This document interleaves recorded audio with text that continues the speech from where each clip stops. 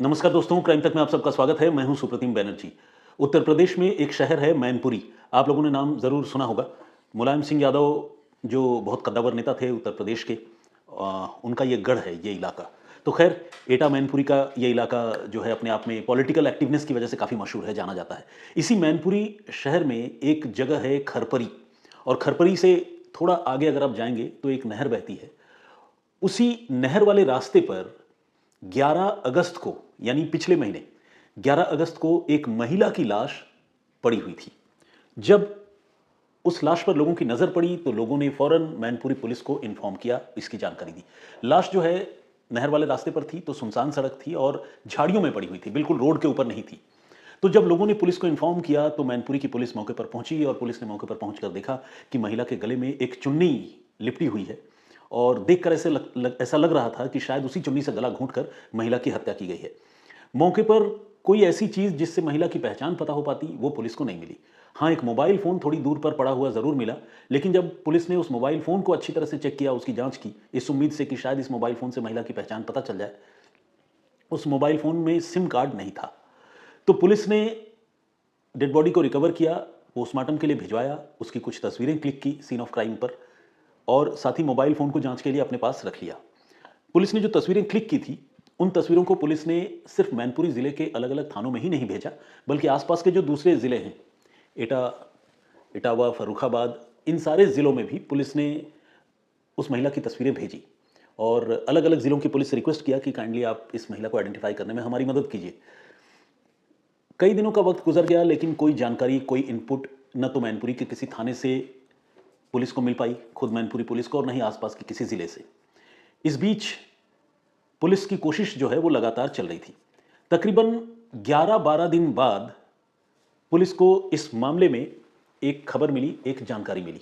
Police को ये पता चला कि फर्रुखाबाद ज़िले में उसी एज ग्रुप की एक महिला पिछले तकरीबन 10-12 दिन पहले गायब हो गई थी, और इस घटना को भी अब 10-12 दिन गुजर चुके थे। तो मैनपुरी पुलिस को लगने लगा कि हो सकता है कि ये वही महिला हो जो 10-12 दिन पहले गायब हुई हो और हमने जिसकी लाश रिकवर की हो। तो पुलिस के पास, मैनपुरी पुलिस के पास तस्वीरें तो थी ही। पुलिस ने वो सारी तस्वीरें साझा भी कर रखी थी फर्रुखाबाद पुलिस को, आपको याद होगा। तो फर्रुखाबाद पुलिस ने ये बताया कि एक महिला की गुमशुदगी की रिपोर्ट दर्ज हुई है और हम उस मामले की जांच कर रहे हैं, और अब आपकी तस्वीरें जब हमें मिल गई हैं तो हम उस फैमिली से कांटेक्ट कर रहे हैं, सो दैट हम आइडेंटिफाई कर पाएँ कि मरने वाली महिला कहीं वही महिला तो नहीं है। असल में जिस महिला की हत्या हुई थी, जिस महिला की लाश मिली थी, उसकी उम्र तकरीबन 52 साल की थी, 52 ईयर्स। अब जब उस परिवार से कांटेक्ट किया गया और इस महिला की तस्वीरें दिखाई गई, तो फर्रुखाबाद का वो परिवार बिल्कुल सदमे में डूब गया, क्योंकि ये वही महिला थी जिसकी वो तलाश कर रहे थे। इस महिला का नाम था रानी देवी। रानी देवी शादीशुदा महिला थी, 4 बच्चे थे उसके, परिवार भरा-पूरा, पति, घर में दूसरे लोग। रानी देवी की हत्या कैसे हुई? मैनपुरी में उसकी लाश कैसे पहुंची?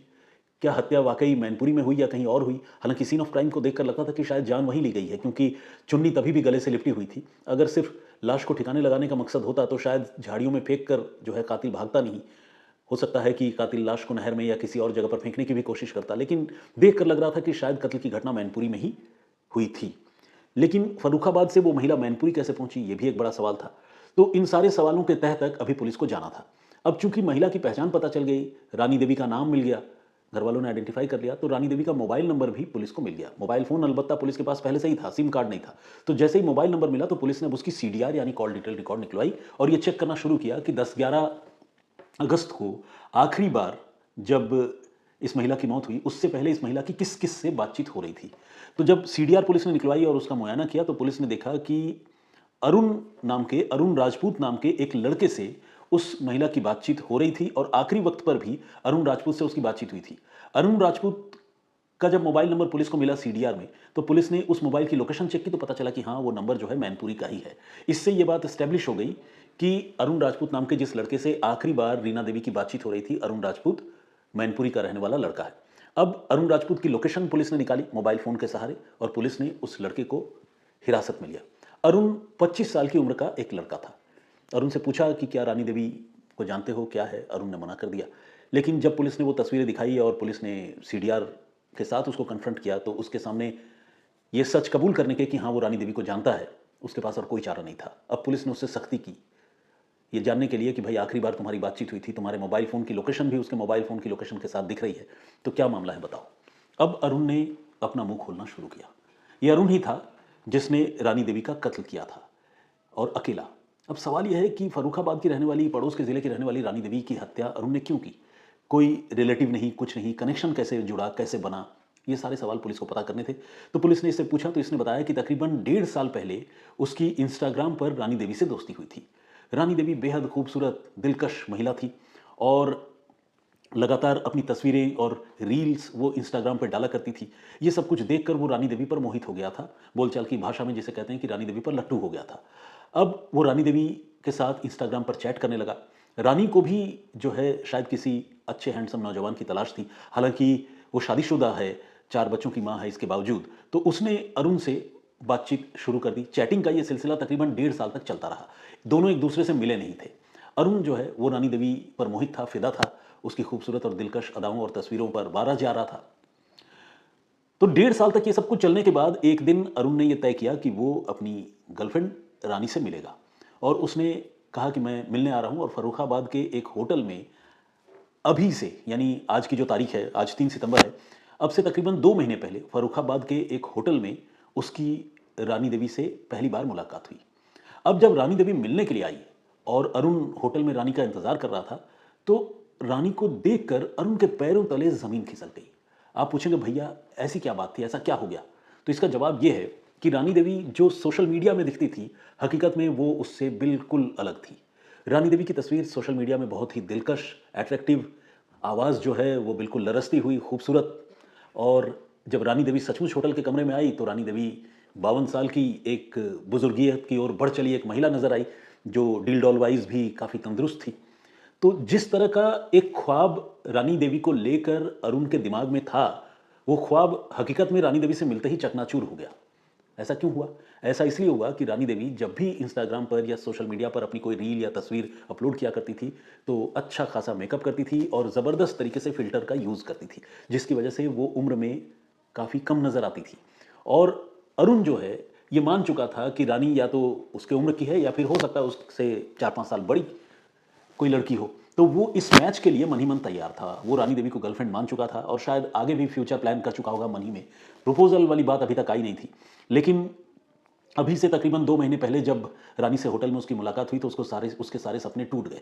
उसको समझ में आ गया कि मैं जिसे यंग लड़की समझ रहा था वो तो 52 साल की महिला है, और मैं 25 साल का लड़का हूँ, मतलब मुझसे डबल उम्र की महिला।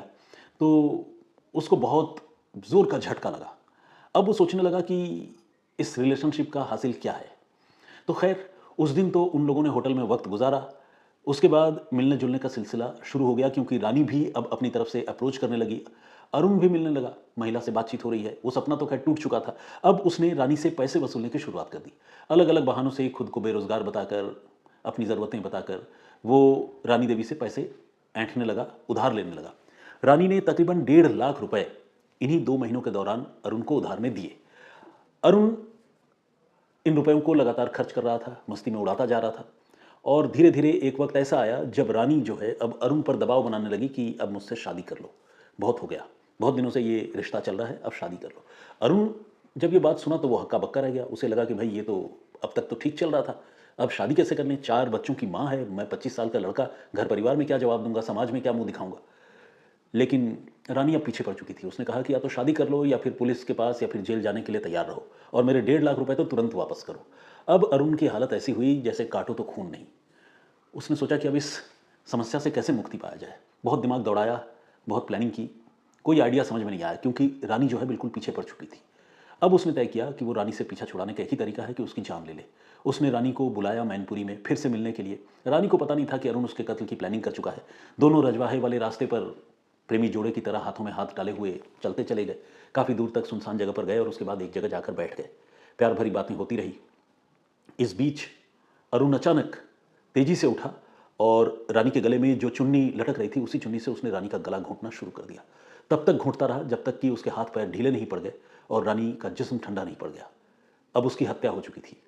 लाश ठिकाने लगाना अपने आप में एक बड़ी चुनौती थी, लेकिन ये सुनसान जगह थी तो अरुण को पूरा यकीन था कि उसे किसी ने नहीं देखा है कत्ल करते हुए, और वाकई किसी ने नहीं देखा था।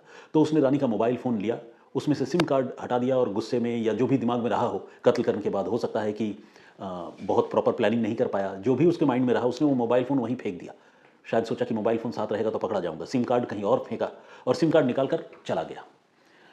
लेकिन उसे नहीं पता था कि उसका ये भेद, उसका ये कत्ल जल्द ही खुलेगा। पुलिस इस मामले की जांच करने लगी और जैसा कि मैंने आपको बताया, जब लाश मिली 11 अगस्त को, उसके तकरीबन 10-12 दिन बाद रानी देवी की गुमशुदगी की रिपोर्ट फर्रुखाबाद में दर्ज हुई।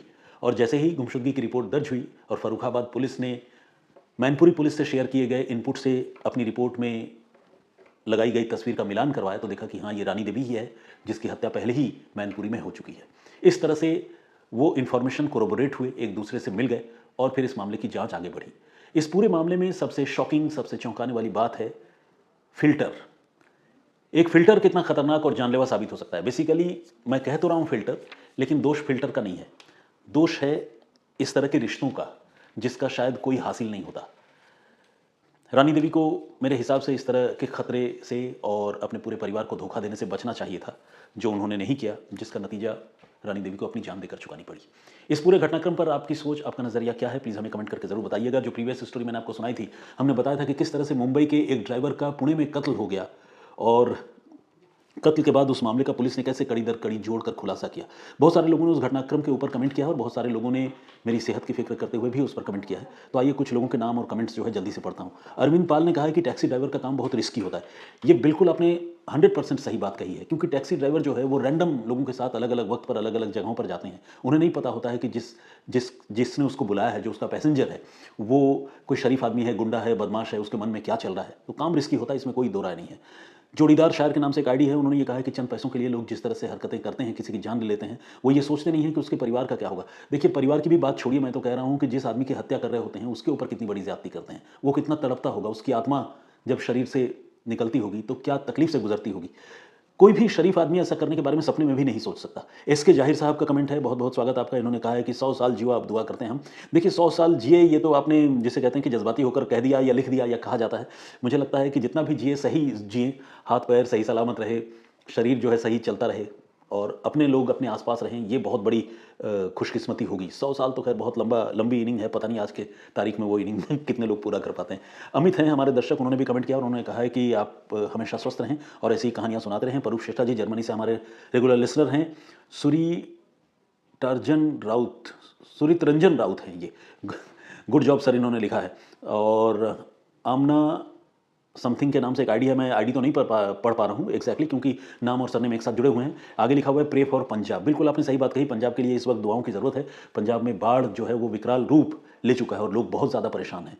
तो खैर, आज कृषि मंत्री ने ये कहा है कि कल वो पंजाब जाएंगे, शिवराज सिंह चौहान ने, और वहाँ जो भी मदद की दरकार होगी वो करेंगे। पंजाब सरकार और एनडीआरएफ और तमाम लोग तो लगे हुए हैं। पंजाब के लोग बड़े जिंदा दिल होते हैं, पूरे देश की और पूरे दुनिया की मदद करते हैं। ये वो घड़ी है जब पंजाब की मदद जो है बाकी लोगों को करनी चाहिए। कलीम गफ़ार गाजी ने कमेंट किया और उन्होंने कहा है कि सर, आप मर तो नहीं गए वाले कमेंट पर मैंने जवाब लिखा है, आपने वो पढ़कर नहीं सुनाया। देखिए, मैंने वो भी पढ़कर नहीं सुनाया था, वो तो मुझे अचानक याद आ गया। पढ़ मैंने घर में ही लिया था जब वो खूबसूरत सा कमेंट किसी ने किया था कि मुझे लगा कि आप मर गए।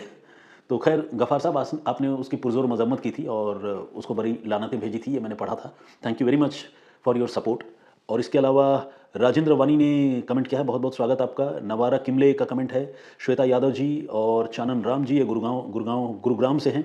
और इसके अलावा आर्याज दानी के नाम से एक आईडी है, इन्होंने ये कहा है कि सर, अगर आपकी स्टोरी ना दिखे तो अच्छा नहीं लगता है। जे आचार्य का कमेंट है और इन्होंने कहा है कि भगवान करे आप हमेशा स्वस्थ रहें। इसके अलावा अंसारी इम्तियाज़ साहब ने कमेंट किया है, बहुत बहुत स्वागत आपका। इन्होंने कहा है कि मैं अपने नाम का इंतज़ार कर रहा था, लेकिन कोई बात नहीं सर, आप आ गए, यही हमारे लिए काफ़ी है। देखिए, आज आपके नाम का इंतज़ार करने का सिलसिला भी खत्म हुआ। CHD के नाम से एक आईडी है, हम चाहते हैं कि हमारा इंडिया क्राइम लेस बने, सब मिलजुल कर अच्छे से रहे। देखिए, सोच तो आपकी बहुत अच्छी है, लेकिन ये काम बड़ा मुश्किल है। असलम खान साहब ने भी कमेंट किया है, सर आपकी तबीयत कैसी है? उन्होंने लिखा है कि तबीयत मेरी पहले से बहुत बेहतर है, थैंक यू वेरी मच। मैं कहूँगा कि मैं 90% ठीक हो गया हूँ, 10% कुछ इश्यूज़ है और वो इश्यूज़ जो है वो एंटीबायोटिक मेडिसिन की वजह से, आपको पता है कि उसके साइड इफ़ेक्ट्स होते हैं। द्रजुन गुआरा के नाम से एक आईडी है, पता नहीं मैं डॉक्टर अंजू गुरावा, इन्होंने कमेंट किया है, sir your style so apt, I can listen you all day, I have improved my oratory, you have improved my oratory skill. Okay, ठीक है, इनके कहने का मतलब यह है कि जिस तरह से मैं बातचीत करता हूँ उससे उनको बातचीत करने का जो स्किल है उसमें उनको मदद मिल रही है। Thank you very much doctor Anju, ये बहुत बड़ा कॉम्प्लीमेंट है मेरे लिए। इसके अलावा और भी बहुत सारे लोगों ने कमेंट किया है, सारे लोगों के नाम और कमेंट्स एक दिन में नहीं पढ़ सकता, लेकिन आप सबसे गुजारिश है कि यूं ही कमेंट करते रहिए, मुझे सपोर्ट करते रहिए, स्टोरीज देखते रहिए। आज जो कहानी मैंने आप लोगों को सुनाई उस पर अपनी राय जरूर दीजिएगा। फिलहाल मुझे इजाजत दीजिए, साथ में कैमरा पर्सन विनोद शिकारपुरी जी हैं, उन्हें भी इजाजत दीजिए। फिर हाजिर होऊंगा किसी और कहानी, किसी और वाक्य के साथ। तब तक के लिए जय हिंद, जय भारत।